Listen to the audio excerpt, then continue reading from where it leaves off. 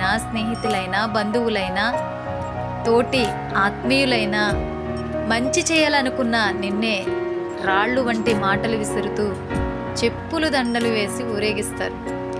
దేవునినే ఈ లోకం వదిలిపెట్టలేదు. ఇక మనము మన మంచితనం ఏపాటి? అన్నీ భరించిన మోషే నాయకుడైపోయాడు. అన్నీ భరించిన పౌలు అపోస్తులుడయ్యాడు. అన్నీ భరించిన యేసుక్రీస్తు వారు లోక రక్షకుడయ్యారు. మరన్నీ అనుభవిస్తున్న మనలను దేవుడు ఉన్నతమైన స్థానంలో నిలబెట్టడంటారా? బుద్ధి నిన్ను కాపాడును, వివేచన నీకు కావలి కాయును. నీవు చేసే మంచి నీకెప్పుడూ తోడుగా ఉంటుంది.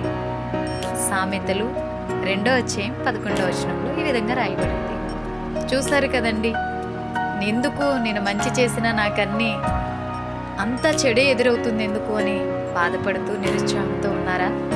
ఈ వాక్యం ద్వారా మీరు ఆదరించబడతారని, ముందుకు వెళ్తారని